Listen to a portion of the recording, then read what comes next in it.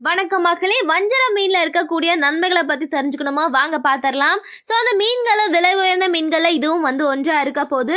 அதாவது 100 கிராம் வஞ்சரம் மீன்ல கலோரிகள், கார்போஹைட்ரேட், கொழுப்பு, கொலஸ்ட்ரால் 58 மில்லிகிராமும், புரதம் 22 கிராம், கால்சியம் 40 கிராம், இரும்பு, சோடியம் இது மாதிரி எல்லாமே காணப்படுது அப்படின்றாங்க. ஸோ ஒரு சத்தான உணவு சாப்பிடணும் அப்படின்னு நினைச்சீங்கன்னா வஞ்சர மீனை கண்டிப்பா சாப்பிடலாம். வாங்க அதோடைய நன்மைகளை பத்தி தெரிஞ்சுக்கலாம்.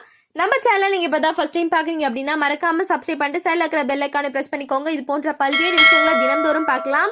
ஸோ இந்த ஒரு மீனை சாப்பிடும்போது பல்வேறு நன்மைகளை கொண்டிருக்கு அப்படின்றாங்க.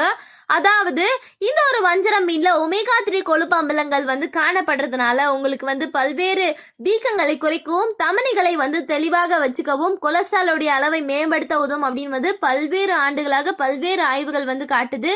குறிப்பா சொல்ல போனா இதய நோய் மற்றும் பக்கவாதம் ஏற்படும் அபாயத்தை குறைக்குது அப்படின்றாங்க. வீக்கம் அப்படின்னாமே உடல்